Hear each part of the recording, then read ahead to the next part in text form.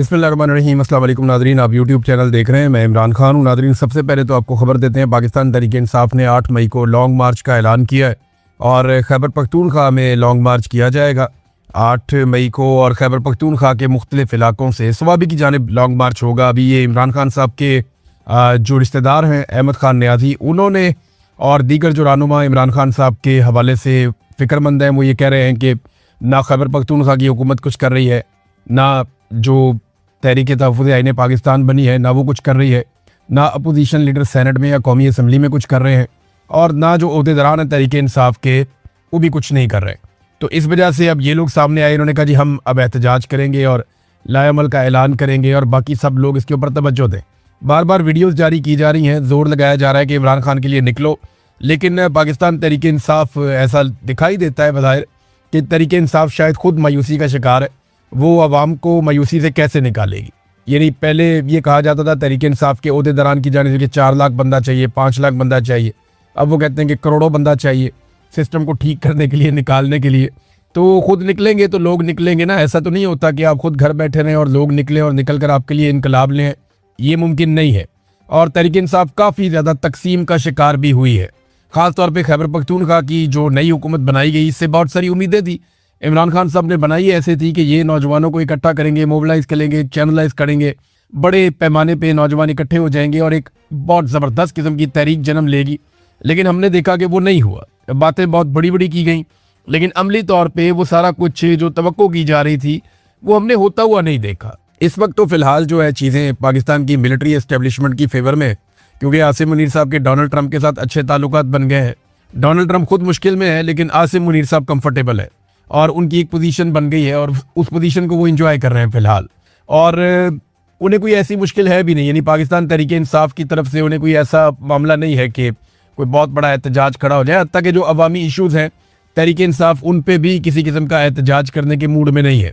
ना तहरीक इंसाफ किसानों के साथ खड़ी हुई, ना मज़दूरों के साथ खड़ी हुई, ना पाकिस्तान तहरीक इंसाफ गरीबों के साथ खड़ी हुई, ना एनर्जी के क्राइसिस में खड़ी हुई, ना पेट्रोलियम मसनूआत की कीमतों में इजाफे पे खड़ी हुई, ना ये जो कत्लेआम हुआ पाकिस्तान में बार बार उस पर भी खड़ी नहीं हुई। तहरीक इंसाफ किसी जगह पे भी बतौर अपोजिशन मौजूदा हुक्मरानों के लिए या मिलिट्री एस्टेब्लिशमेंट के लिए चैलेंज नहीं बनी। और ये बड़ा अच्छा ट्रैक रिकॉर्ड तहरीक इंसाफ ने गुज़िश्ता कई महीनों से अब ये बना लिया है।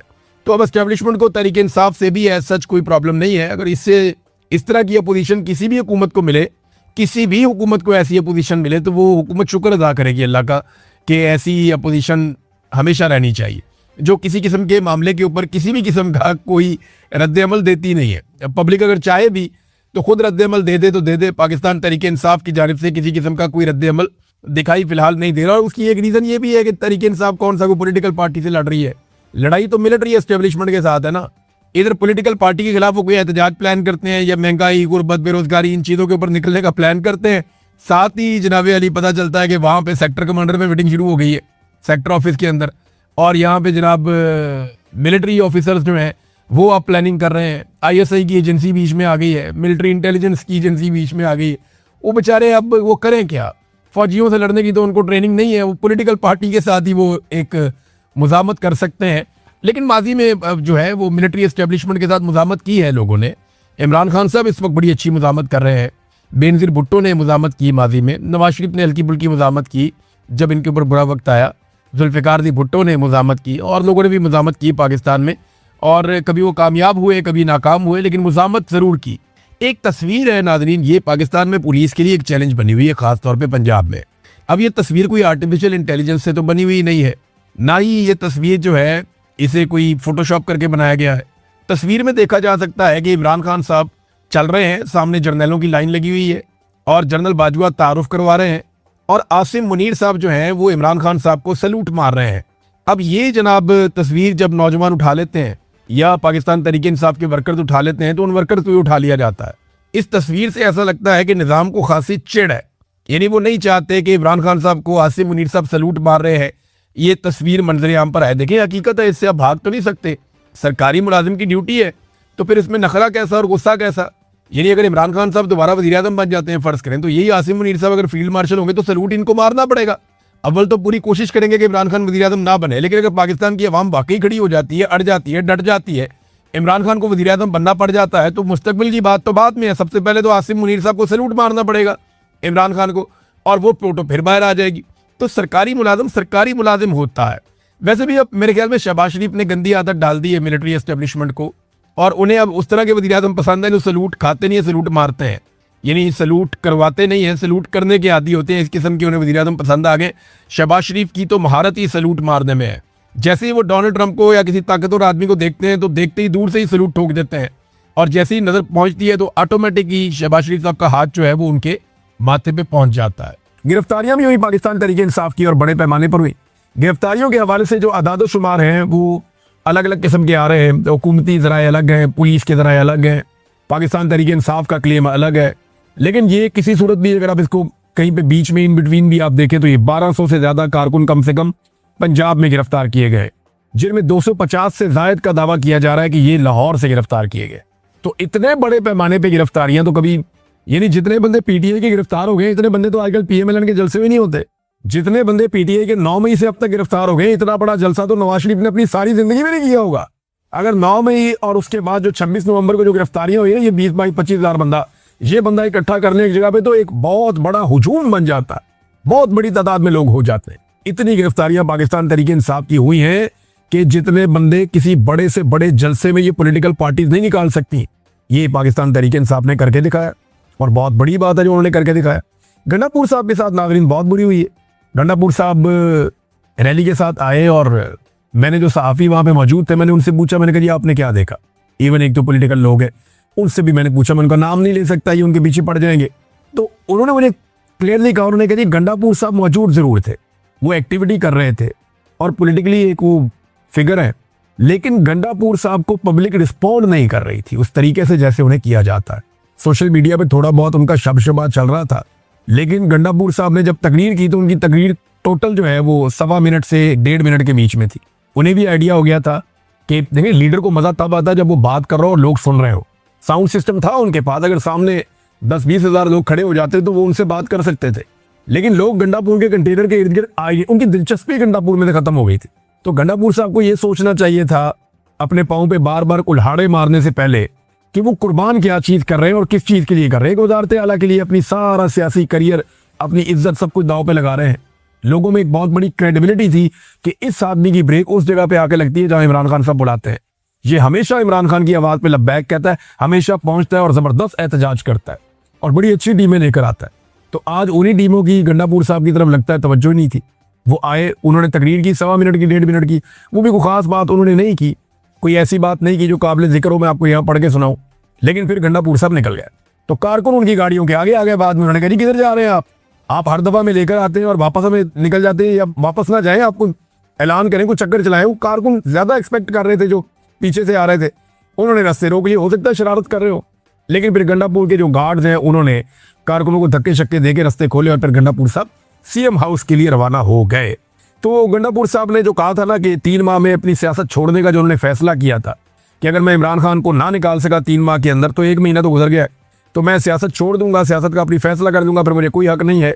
तो अपने आप को जो डेडलाइन गंडापुर साहब ने दी हुई थी ना, तो लगता है ऐसा ही है कि 3 माह में गंडापुर साहब को इस पे फैसला कर लेना चाहिए, क्योंकि अब आसार नजर आ रहे हैं कि अगर गंडापुर साहब ने खुद फैसला ना किया तो जिस तरह की उन्होंने सियासत की है, इस सियासत की मौजूदगी में लोग उनका फैसला कर देंगे।